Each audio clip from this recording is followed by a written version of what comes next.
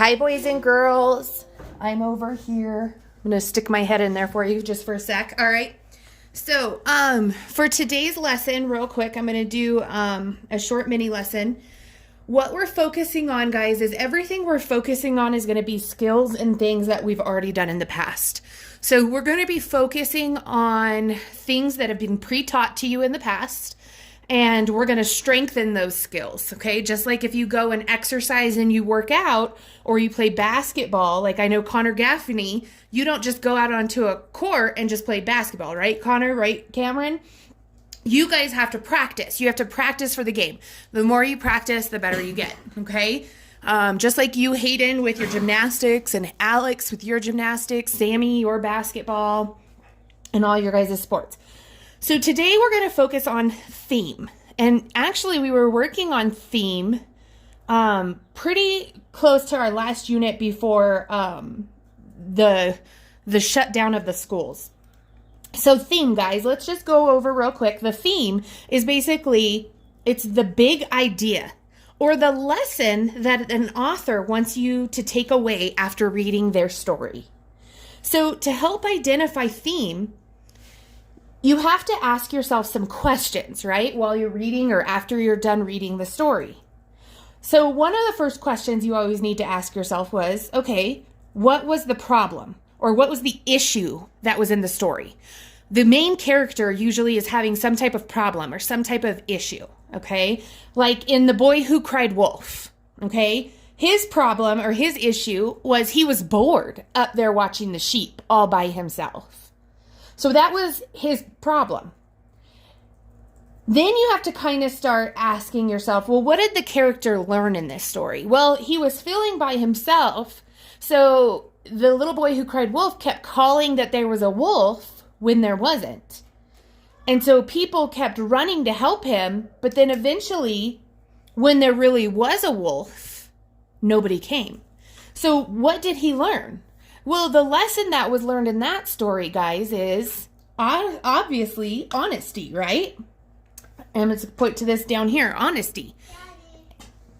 And so it was, and you guys might hear Izzy and Kinsey pop in. I'm going to try my best, but it's hard to get a quiet videotaping without them around. So you want to learn honesty. The third question you may ask yourself is, how did the character's feelings or actions change in the story? So nobody came that last time when there was really a wolf. So how did that make the little boy feel, right? A sheep got eaten, which made him upset. And usually there has to be some huge feeling that a character has to experience to learn their lesson. He had to learn that because he told a lie, a sheep got eaten, right?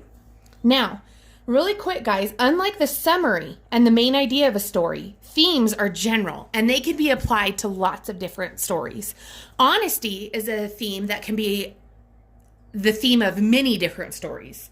We also have things like love, hard work, acceptance, family, overcoming challenges, friendship, loyalty, courage, jealousy, teamwork, self-confidence, respect, hope. These aren't all of them, but some of the really common ones that you may see, okay?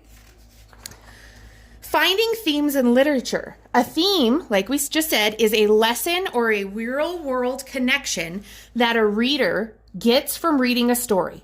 It is usually not stated by the author. It has to be inferred. And you guys were doing such a fabulous job of inferences before school got out. Inferences, remember, are things that you have to kind of look for different text details to make a judgment about somebody's personality or what they might be thinking or what they might be feeling, okay? Some common themes are also be prepared. Actions speak louder than words. Money doesn't buy happiness. Practice and persistence pays off. Don't wait until the last minute. Don't be jealous of others. Cheating does not pay off in the end. So, just to review, a theme is a life lesson. A theme is something the reader can connect to. A theme is not the main idea or the summary of a story. And a theme is not always specific to just that story. Because sometimes a theme, that same theme, can be in many different stories. The details might be different, but it's there. Here's some essential questions you can ask yourself as you guys are going over some of these things with theme. What is the theme of the story? Is the theme stated or is it implied? Implied means if something's implied, it means there's text details. There's, sorry, Kenzie's making a face at me through the window. There's text details. There's things in there where you can infer, basically. What details support that theme? And that's going to be important because that's something you guys are going to have to practice with this lesson. Have you read another story with this similar theme? How is it similar? How is it different? How can you determine the theme of a story? How is a theme different from a summary? How are themes connected to real life? How is this theme connected to your life? So these are just some extension questions that if you guys finish your theme activity today and you want to take it to the next step, come back to this page and answer some of these questions. I know Jacob might want to do this and some of the other students who like to challenge themselves to that next level, that harder level. Here is the perfect page for you to challenge yourself to that next level. I've also put in your packet a theme checklist. So these are things that you need to ask yourself as you're trying to figure out the theme and check them off as you've done it. I have thought about the plot. The plot is the problem and the solution, and the characters, and use this to help me determine the theme of a story. The theme of the story is a real life lesson. The theme I have chosen is not a summary of the story. I have included details from the story to help me support my theme. Remember, you guys know I love my text details.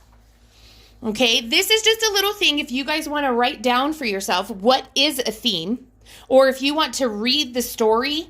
There's actually a couple different versions in here, but you guys today, let me jump to this page. I'll come back to that one. You guys today are going to read this story. It's called A Real Treasure by Trish Howe.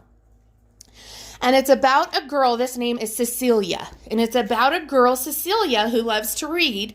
And she wants to get her own Kindle or device to do her reading. Okay? So, hey, go inside. So, you guys need to read A Real Treasure by Trish Howe. Okay? It's 2 pages. When you guys are done, there's 2 pages of questions. So this first page says, what is the theme of A Real Treasure? And support your answer with evidence from the text. Okay? Now, I wouldn't do this page first. If it was me, boys and girls, I would start off with this page of questions because these questions might help you kind of guide you to learning the theme. So the first question says, well, how was Cecilia earning money? Boys and girls, go in and find how she was earning money from the text. Use those text details. Practice responding with restating the question. Cecilia was earning money by, and putting those responses in complete sentences. What was Cecilia's goal? Again, restate the question. Cecilia's goal was, and then find your text detail, grab it, find it, and put it in your sentence. What does Cecilia's mother suggest? Why did Cecilia take a break from her Kindle? This isn't completely implied. You may want to try. I bet you some of you who are really good at inferences might be able to make a really good inference here on why she took a break from her Kindle. Okay, she tells her mom one reason, but what do you think? Do you think that's the real reason? What are your thoughts on that? Why do you think Cecilia's mother waited to take her up to the attic and show her the box of books? That's another inference. It's not stated explicitly in the text. You're going to have to figure out what the author was implying on this. figure out and then infer. So I would do this page first. It gets me thinking about these really good questions about the text. Then I would come back now and I would ask myself, okay, what was the lesson that Cecilia learned in this? What did she learn? And then I need to figure out text evidence in here about how do I know that's what she learned? Probably a lot of my evidence is going to be how she was feeling or what she thought at the beginning of the text, and then how she was feeling and what she thought at the end of the text. So this is your whole packet. I've attached the entire packet for you guys onto the lesson on Google Drive, okay? You guys can write on here if you guys have questions. We are also going to have a Google Meet meeting today, and I'm going to do one later this week. So if you guys have questions or anything like that, send me a message. Let me know, okay? All right. So I'm going to go ahead and take that off, boys and girls. So that was our lesson today on theme, okay? I'm going to try to video short. I'm going to try to be better and get them between 8 and 10 minutes. I think this one went over 10 minutes, so I'm sorry it was long. But I'm going to try to do little short clips of me teaching you guys. I don't want to just throw assignments on your Google Drive and ask you guys just to do them. I could, but I wouldn't be the teacher that you guys know. I'm going to try to give you guys instructions and help you guys and remind you of the lessons that we've learned this year. Now, if this is confusing at all, if you need help, just sit, like I said, get on your Google Drive. You guys can write me comments in either the stream. You guys can write me messages also on the assignment. Ask me questions. Let me help you. I am still working from home. I am still here to teach you. All right? I miss you guys. I hope you're doing well. Talk to you soon. Have fun learning theme. Bye.